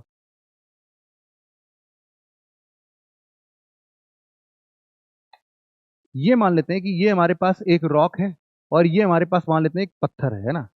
तो अगर इसका जेंटल स्लोप है, जेंटल स्लोप पर देखो इसमें कुछ भी नहीं हो रहा है, लेकिन अगर मैं धीरे धीरे ये स्लोप को बढ़ाता जाऊं तो ये बड़ा ब्लॉक है, अभी तक डिसइंटीग्रेट नहीं हुआ है, वेदर्ड नहीं है ये, है ना। जो वेदर्ड नहीं भी है लेकिन फिर भी एक सर्टेन स्लोप के बाद ये क्या कर रहा है, नीचे खिसक गया कि नहीं खिसक गया। तो यही तो बात हो रही थी कि इसको क्या चाहिए, सिर्फ स्लोप चाहिए। स्लोप अगर हमने सही से दे दिया तब तो भाई बड़े आराम से हम लोग क्या कर सकते हैं, बड़े आराम से बिना किसी टेंशन के हम लोग बहुत ही शांति से हम लोग देख सकते हैं इसको। मतलब कि यहाँ पर मास मूवमेंट आपको दिख जाएगा, बहुत ही आराम से दिख जाएगा। तो ये पूरा हिस्सा हम लोगों ने किसके बारे में पढ़ लिया भाई साहब, यहाँ पर हम लोगों ने मास वेस्टिंग के बारे में भी थोड़ा सा हिस्सा देख लिया हमने। अब यहाँ मास मूवमेंट के बारे में हमने देख लिया। मतलब अब मास मूवमेंट की बात करें तो भाई साहब इसके भी बड़े सारे प्रकार हैं, है ना, बड़े सारे टाइप्स हैं कि स्लो फ्लोएज है, रैपिड फ्लोएज है, लैंडस्लाइड है, सबसिडेंस है, ये सब के सब ऐसे ही दिखेंगे आपको। इन सब के बारे में बस एक एक लाइन हमें पढ़ना है, दैट्स इट। नाम अजीबोगरीब होंगे हो सकता है, लेकिन हमें बड़े शांति से पढ़ना है इनको। तो मास मूवमेंट हमेशा किसकी वजह से होगा, ग्रेविटी की वजह से होगा। Gravity will play it's work. तो पहला क्या है आपका, स्लो फ्लोएज है। स्लो फ्लोएज का मतलब है बड़े धीमे धीमे आराम से आ रहा है, और रैपिड फ्लोएज का मतलब बहुत तेजी से जा रहा है। तो स्लो फ्लोएज में सबसे पहले हम लोग देखते हैं क्या, सॉइल क्रीप।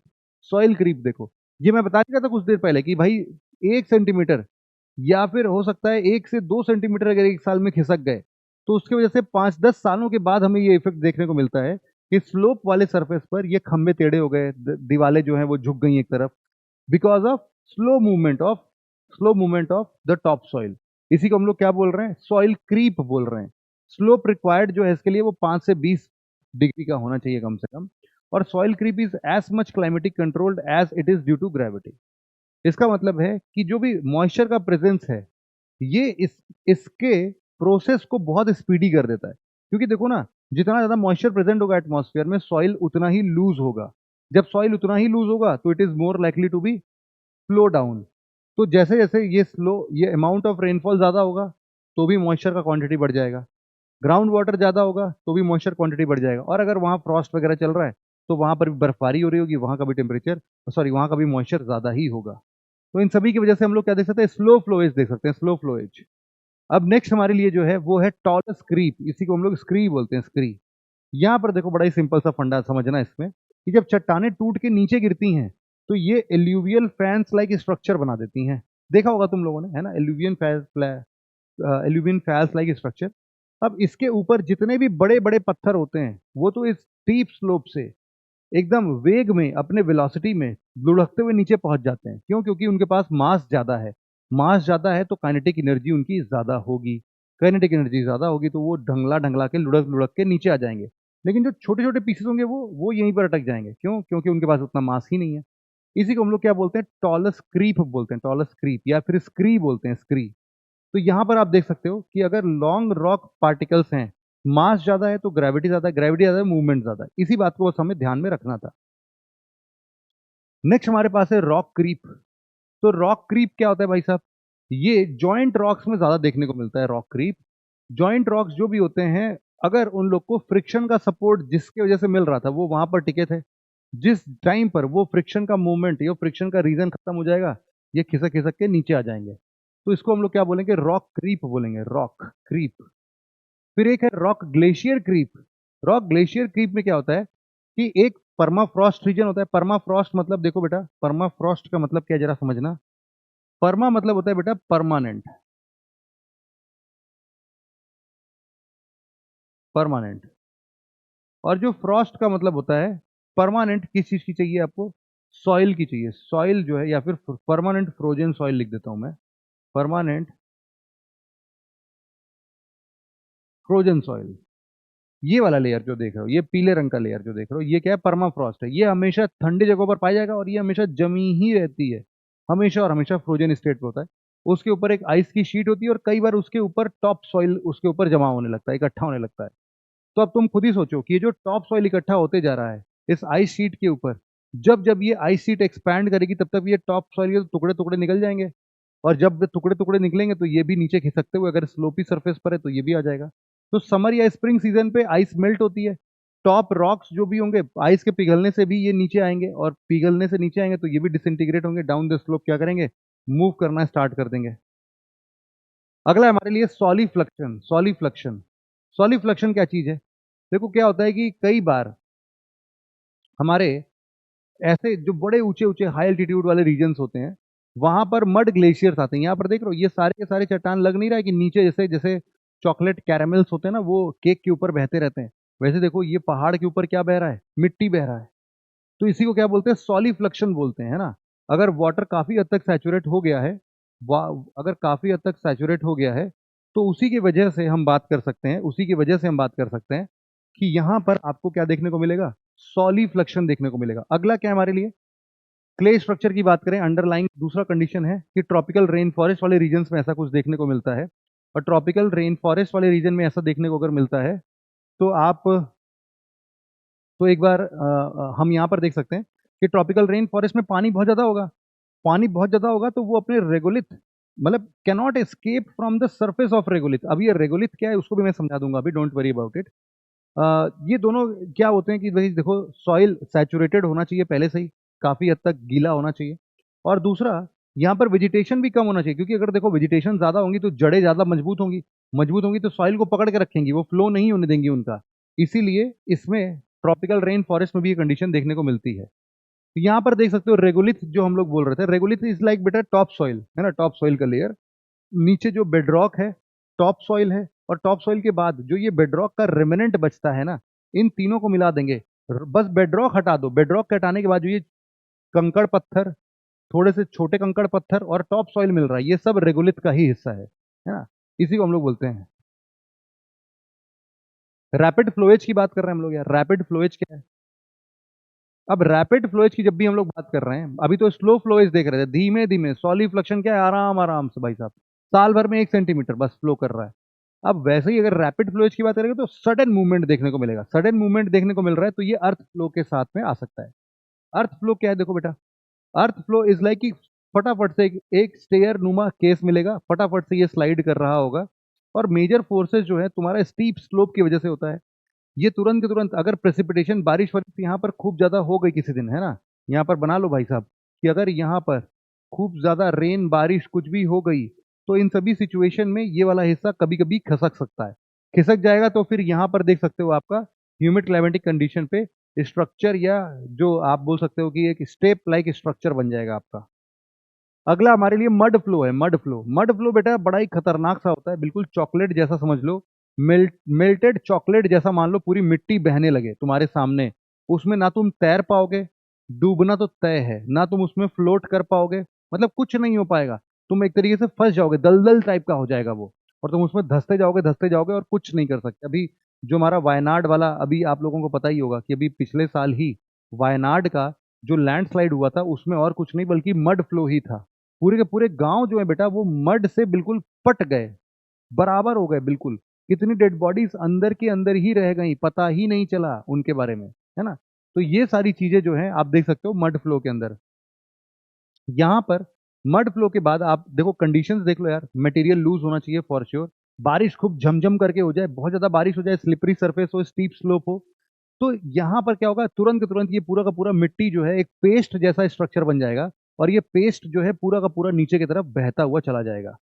तो यहाँ पर आप देख सकते हो 2010 में ले क्लाउड बर्स्ट की वजह से भी हुआ था ऐसा सिचुएशन। एक आपका है डेब्री एवलांच। डेब्री एवलांच का मतलब होता है कि बड़े छोटे छोटे कंकड़ पत्थर जो होते हैं ये एकदम से एवलांच जैसा नहीं होता बर्फों का, वैसे ही ये मान लो रॉकिंग सिचुएशन का है कि बहुत रेनफॉल हो गई, स्टीप स्लोप है, और सॉइल बहुत ही पतली लेयर की थी वो पूरा का पूरा, और मान लो यहाँ पर अर्थक्वेक आ गया, ऐसे अर्थक्वेक आया तुरंत के तुरंत नीचे गिर जाएंगे ये। तो इसको हम लोग क्या बोलते हैं, डेब्री एवलांच, एकदम बिल्कुल एवलांच के टाइप का है, बट यहाँ पर रॉक डेब्रीज गिरते हैं स्नो की जगह पर। एक होता है लैंडस्लाइड। लैंडस्लाइड का मतलब क्या होता है, एक रोलिंग मोशन दिखने को मिलेगा बैकवर्ड, जैसे कि ये गया और ये नीचे ऐसे घिसका, ये एकदम से ऊपर वाला इसके रोल होके उसके ऊपर चढ़ गया, वैसा होगा ये। तो ये भी नीचे ही खिसक रहा है ना, ये भी कुछ ना कुछ करके एवलांच जैसा ही है, लेकिन थोड़ा सा अलग, इसमें रोलिंग मोशन काफी चेंज कर देता है।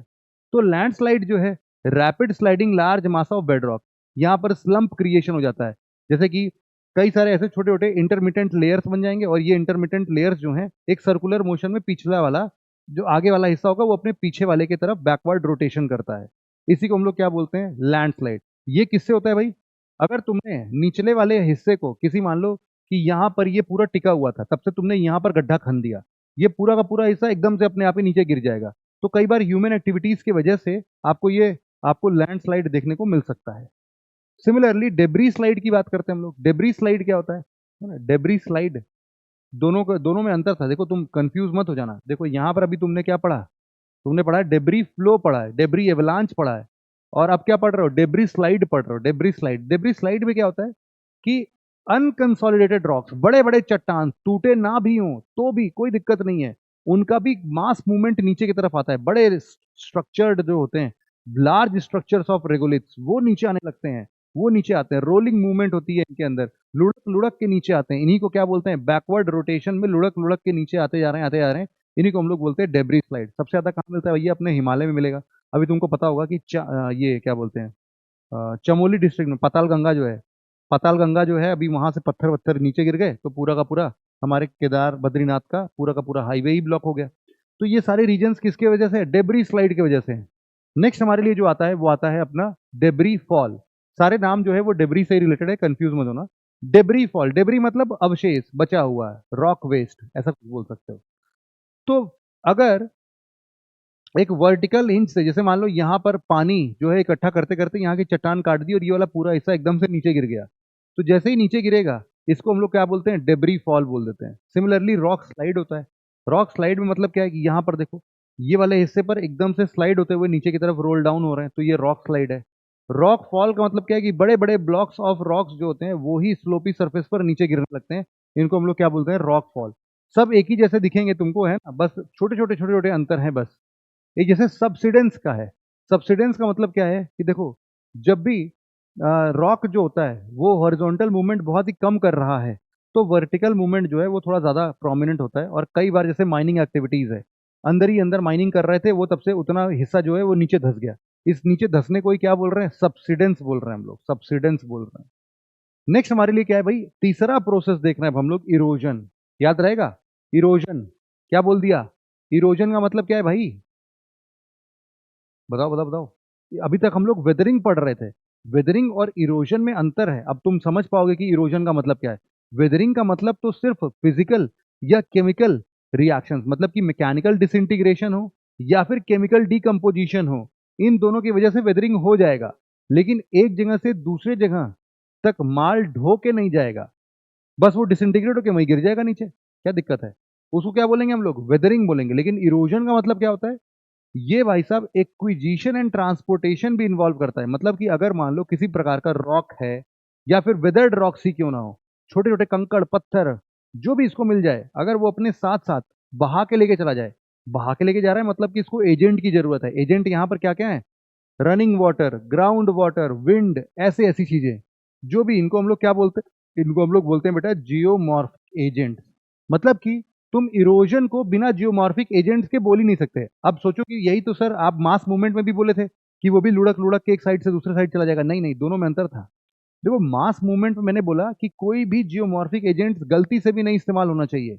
सिर्फ और सिर्फ मास मूवमेंट किसकी वजह से होगा, ग्रेविटी की वजह से होगा, स्लोप की वजह से होगा। लेकिन यहाँ पर क्या बोल रहे हैं, इरोजन किसकी वजह से हो रहा है, इरोजन जो है वो फ्लैट सरफेस पर भी हो सकता है, क्योंकि नदी यहाँ से भी बह सकती है और नदी अपने साथ काफी सारी चीजों को बहा के लेके जाएगी। ये भी इरोजन ही है तुम्हारे लिए, है ना।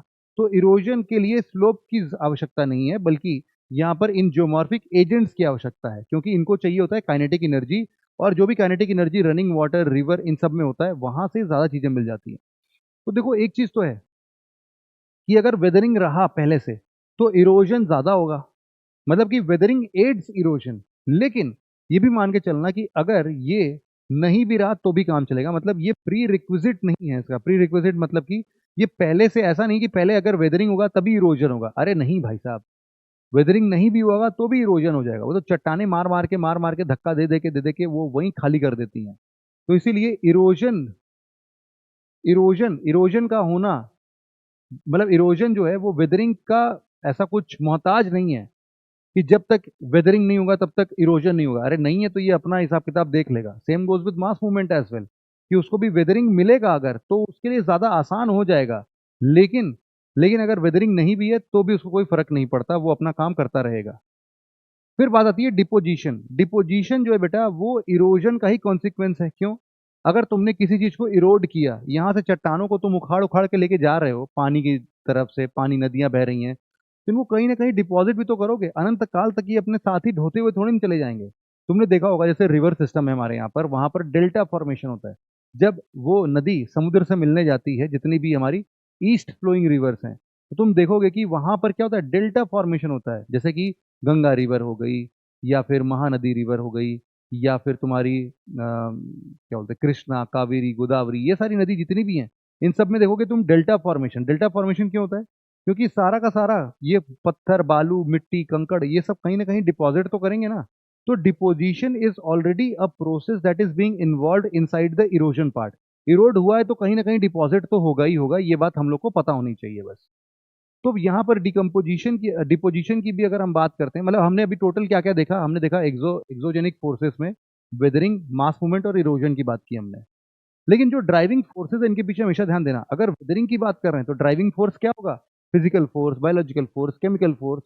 अगर मास मूवमेंट की बात करें तो ग्रेविटी। और अगर तुम इरोजन की बात कर रहे हो तो तुम्हारे जितने भी जियोमॉर्फिक एजेंट्स हैं वो सारे काइनेटिक फोर्सेस जो लेके आएंगे। तो इस तरीके से तुम इन चीजों को भी समझ सकते हो। फिर आखिरी हम लोग बस इसमें एक चीज और समझ लेते हैं, पढ़ लेते हैं, और ये है हमारे लिए सॉइल फॉर्मेशन।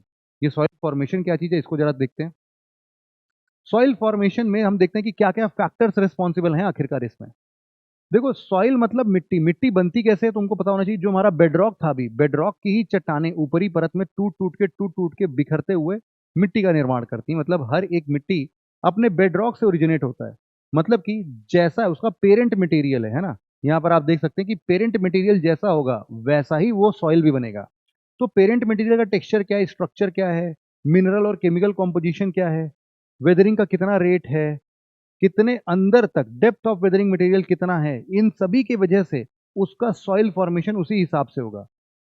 डेबरी साइज कितना है, छोटा बड़ा पत्थर कंकड़ कितना है, इंडिविजुअल ग्रेन्स हैं या फिर मल्टीपल ग्रेन्स हैं, इन सभी चीजों पर हम लोग बोल सकते हैं कि सॉइल फॉर्मेशन का पहला हिस्सा डिपेंड करेगा। दूसरा टोपोग्राफी। टोपोग्राफी का मतलब है कि वेदर रॉक डिपॉजिट सनलाइट से हो रहे हैं। सनलाइट के हो रहे हैं, जैसे कि देखो मैं बताता हूँ तुम्हें। जैसे मान लो कि ये ना हिमालयाज है। हिमालयाज का जो ये वाला हिस्सा है इसको हम लोग क्या बोल रहे हैं भाई, सदर्न रीजन बोल रहे हैं। ये वाला हिस्सा सदर्न रीजन है हमारे लिए। ये जो सदर्न रीजन है, अब यहाँ पर तो धूप पड़ेगी, सूरज की धूप पड़ेगी, लेकिन उसके ऑपोजिट साइड में, क्या उधर साइड में धूप पड़ेगी? हम बोलेंगे बिल्कुल नहीं। तो इधर साइड में तो हमें अंधेरा मिलेगा थोड़ा। अब धूप धूप नहीं मिल रही है, जब धूप नहीं मिल रही है तो इसका मतलब है कि वेजिटेशन भी नहीं होगी। वेजिटेशन नहीं होगी तो सूखा होगा। सूखा होगा तो भाई साहब वहां की सॉइल अलग हो जाएगी। किससे? यहाँ वाली सॉइल से। तो मतलब कि टोपोग्राफी भी काफी ज्यादा हमें रोल प्ले करती है कि ये कहाँ से हमें ये सॉइल बनाने की बात हो रही है। तीसरा है तुम्हारा क्लाइमेट। क्लाइमेट जो होता है वो ऐसे ही इंटेंसिटी, ड्यूरेशन, फ्रीक्वेंसी, मॉइस्चर कितना है आपके में, और टेम्परेचर कितना है। क्लाइमेट में देखो हमेशा क्लाइमेट का मतलब ही यही होता है, मॉइस्चर और टेम्परेचर से ही पूरा क्लाइमेट डिफाइन हो जाता है। तो अगर नमी ज्यादा है, मॉइस्चर ज्यादा है, तुम देखोगे कि सॉइल फर्टाइल ज्यादा होगा, या फिर सॉइल में वाटर होल्डिंग कैपेसिटी जो है वो कैसी है वो समझ में आ जाएगा। सिमिलरली टेम्परेचर के बेसिस पर भी तुम देख सकते हो कि सीजनल वेरिएशन है, डायरनल वेरिएशन ज्यादा है, जैसे दिन रात का बहुत चेंज है टेम्परेचर में, या फिर सीजनल वेरिएशन जैसे हमारे यहाँ पर मिलता है, एलुवियल सॉइल वगैरह मिलता है। तो ये टेम्परेचर के तौर पर हम देख सकते हैं। बायोलॉजिकल एक्टिविटीज की अगर हम बात करें तो बायोलॉजिकल एक्टिविटीज में जो प्लांट और वेजिटेशन या फिर एनिमल्स होते हैं, इनका मरने के बाद, मरणोपरांत जो ऑर्गेनिक कंटेंट है वो सॉइल में जाके मिल जाता है। और वो सॉइल में क्या प्रोड्यूस करता है भाई, सॉइल को पोरस बनाता है। ब्लैक सॉइल का निर्माण काफी हद तक ऐसे होता है। और फिर काफी सारी चीजें जो हम बोल सकते हैं कि ये सॉइल को काला रंग तो देता ही देता है, सॉइल की फर्टिलिटी भी बढ़ाता है। फिर कई बार चींटियां, इंसेक्ट्स, वोम्स, ये सब क्या करते हैं, ये सब मिट्टी को खन देते हैं, मतलब मिट्टी को चालते हैं बहुत अच्छे से। तो यहाँ पर इनका जो एक्सक्रीटा होता है या फिर ये जो सॉइल को फिल्टर करते हैं, उनकी वजह से भी हमारा सॉइल फॉर्मेशन में काफी हद तक चेंजेस देखने को मिलता है। और फाइनली हमारे पास क्या आता है भाई साहब, टाइम। ये टाइम हमारे लिए काफी ज्यादा जरूरी हो जाता है। ये टाइम की वजह से ही हम लोग बात कर सकते हैं कि कोई भी सॉइल को बनने में कितना टाइम लगता है। अब मुझे तुम कमेंट सेक्शन में बताओगे कि जो सॉइल के अलग अलग टाइप्स हैं, जैसे कि एल्यूवियल सॉइल, जैसे कि ब्लैक सॉइल,